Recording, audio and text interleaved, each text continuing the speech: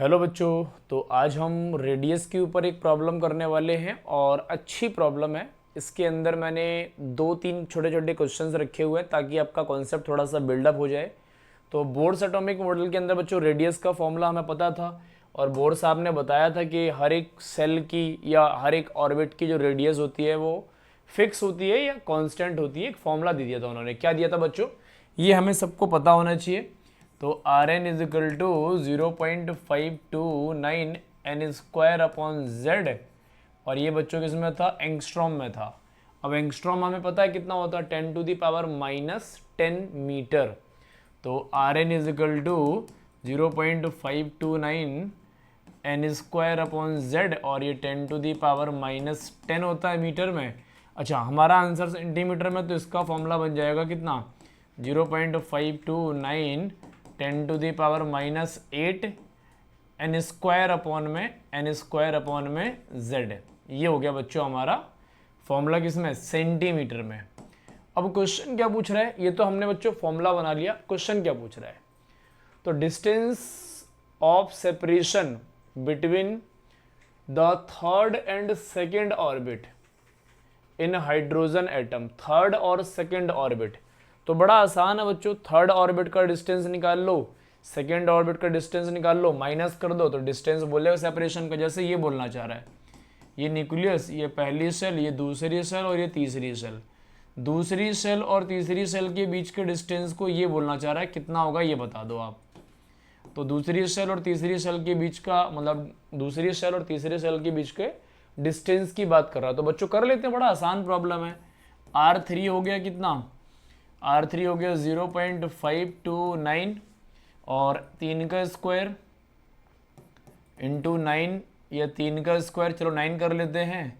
और ये हो जाएगा बच्चों 1 ही होगा तो यही सेम रहेगा 10⁻⁻8 है ना। और R2 कर लेते हैं तो कितना हो जाएगा? 0.529 और 2 का स्क्वायर 4, क्योंकि Z तो बच्चों 1 ही है हमेशा, है ना। Z तो 1 ही है तो 4 इंटू 10⁻⁻8। तो बस डिफरेंस निकालना है। तो R difference is equal to कितना हो जाएगा? तो R3 माइनस R2, तो R3 हो गया कितना? 0.529 10⁻⁻8 और इंटू 9 माइनस 0.529 10⁻⁻8 इंटू 4। ये कॉमन निकाल लो, 0.529 10⁻⁻8 9 माइनस 4 तो 5 आ जाएगा। तो 0.529 10⁻⁻8 इंटू 5। तो ये बच्चों 2.5 के आसपास जाएगा। 2.5 के आसपास कोई ऐसा ऑप्शन ही नहीं है, तो इसका मतलब हो गया कौन सा हो गया बच्चों? 2.6 के आसपास आंसर चला जाएगा। ये आसान प्रॉब्लम थी। दूसरी प्रॉब्लम मैंने रखी है, ये बहुत अच्छी प्रॉब्लम है। इससे मैं एक आपको शॉर्टकट दूंगा और एक आपको एक लॉन्ग कट दूंगा, है ना। तो एक शॉर्टकट सीख लो पहले, फिर एक लॉन्ग कट सीख लेना बच्चों। क्या बोल रहा है? इन 2 hydrogen atoms A and be the electron moves around the nucleus in circular orbit of radius r और 4r।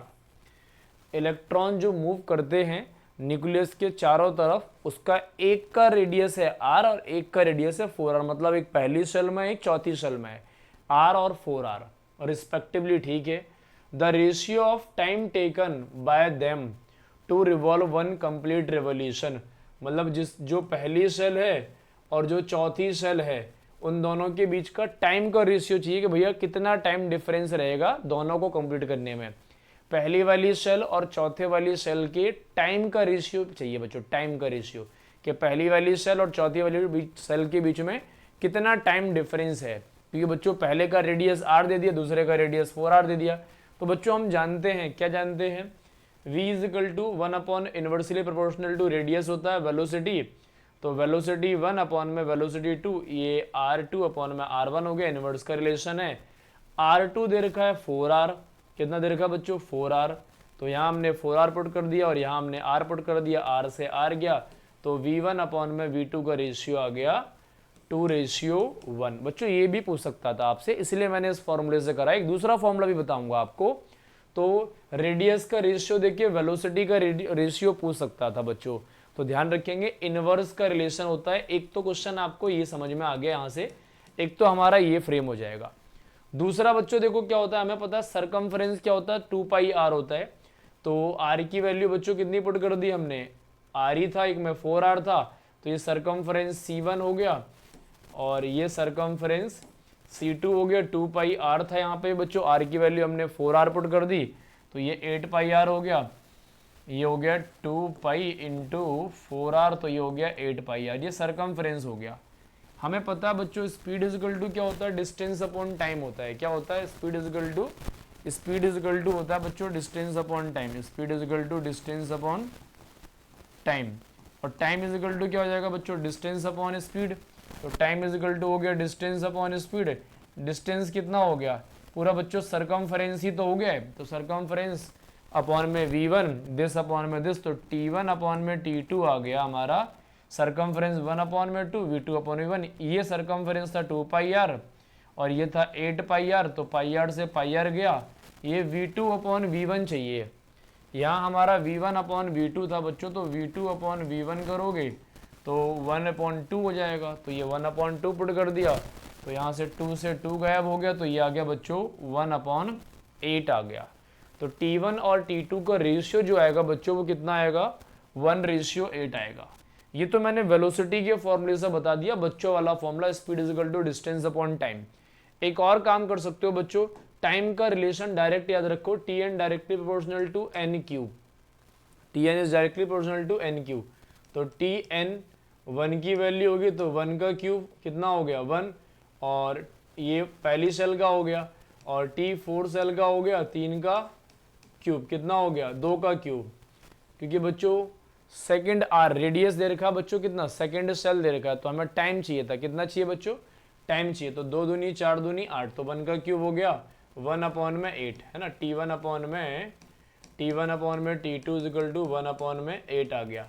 अब कहोगे सर आपने n की वैल्यू 2 क्यों पुट कर ली, तो बच्चों चौथी सेल में था, जितना सेल था आपको क्या करना है, जैसे 4th ऑर्बिट बोल रखा है, तो इसका मतलब क्या हो गया, n स्क्वायर चाहिए होता है ना, तो 4 स्क्वायर 4 का ये n square is equal to 4 हो गया है ना। तो n की वैल्यू कितनी होगी, तो 2 होगी ना बच्चों। तो n स्क्वायर पे आप डिवाइड करते, जो भी ऑर्बिट दे रखी है उसका n स्क्वायर कर ले, तो n की वैल्यू यहाँ से जाएगी 2। n की वैल्यू यहाँ पुट कर दी हमने, तो यहाँ से रेशियो निकाल लिया किसका, टाइम पीरियड का। जैसे बच्चों अब आपसे बोल दे 8th सेल या 6th सेल, तो n स्क्वायर से आपको n की वैल्यू निकाल लेनी है। ये आसान प्रॉब्लम थी, आप इससे भी कर सकते हो और टाइम का रिलेशन याद कर सकते हो, इससे भी कर सकते हो। एक और प्रॉब्लम है बच्चों, क्या बोल रहा है, if the radius of hydrogen atom is 53 picometre, approximation बोल रहा है, the radius of its helium He plus close to. तो बच्चों हाइड्रोजन का रेडियस आ गया R1 इज इक्वल टू 0.529 और 0.529 n स्क्वायर अपॉन में z हो गया हाइड्रोजन का 1 अपॉन में ये कितना हो जाएगा बच्चों RHe प्लस, तो 0.529 n स्क्वायर ये भी 1 हो गया, n स्क्वायर अपॉन में z, n स्क्वायर अपॉन में z हीलियम का 2 हो गया बच्चों है ना। तो ये तो कांस्टेंट था बच्चों है ना, तो ये भी उड़ गया 1/2 हो गया। तो R1 upon R2 is equal to 1/1 1/2, तो ये हो जाएगा कितना बच्चों, आधा हो जाएगा। R1 दे रखा है आपको कितना 53 अपॉन में R2 is equal to 1 upon में मतलब 2 अपॉन में 1, तो R2 इज इक्वल टू कितना हो जाएगा 53 अपॉन में 2 इज इक्वल टू 26.27 26.5 के आसपास जाना चाहिए। तो बच्चों यही ऑप्शन बन जाएगा, आपको हाइड्रोजन से कंपेयर कर देना बेसिकली बच्चों। ये हीलियम था तो n की वैल्यू हमने 2 पुट कर दी है, लेकिन हीलियम प्लस है, इसका मतलब n की वैल्यू तो 1 ही हुई, लेकिन इसका एटॉमिक नंबर तो 2 ही रहेगा ना। और हमारा फॉर्मूला होता है n स्क्वायर अपॉन में z। n क्या होता है बच्चों, नंबर ऑफ शेल होता है, n क्या होता है, नंबर ऑफ शेल होता है, और z क्या होता है, एटॉमिक नंबर होता है। तो n स्क्वायर अपॉन में z हो जाता है, z चेंज नहीं होता है, n चेंज हो जाता है। जैसे बच्चों देखो Li+3 दे देता है, यहाँ पर Li+2 दे देता, तो हाइड्रोजन हीलियम लिथियम, तो n तो इसका 1 हो जाता है क्योंकि इसके पास एक ही इलेक्ट्रॉन बचा हुआ है, लेकिन z की वैल्यू बच्चों 3 ही रहती है ना। अब जैसे बोरॉन +4 दे दिया, तो n की वैल्यू तो 1 ही है, लेकिन z कितना होगा 5 ही होगा क्योंकि बोरोन है। एटॉमिक नंबर चेंज नहीं होता बच्चों, ये ध्यान रखेंगे आप लोग, है ना। तो ये आपकी प्रॉब्लम थी और आसान से क्वेश्चन थे रेडियस के ऊपर। इस टाइप के क्वेश्चन आ गए बच्चों आप तो जरूर करके आना। फ्री की प्रॉब्लम्स है, फ्री की प्रॉब्लम्स है, ऐसा नहीं कि बहुत मुश्किल प्रॉब्लम्स आ रही हैं। बस हाँ, एक प्रॉब्लम मैं अच्छी रखता हूँ, एक क्वेश्चन अच्छा रखता हूँ, 2 क्वेश्चन इजी रखता हूँ, ताकि आपका दिमाग पूरी तरीके से चलता रहे। तो आज इतना ही करेंगे बच्चों, बाकी मिलते हैं नेक्स्ट प्रॉब्लम में नेक्स्ट कॉन्सेप्ट के साथ।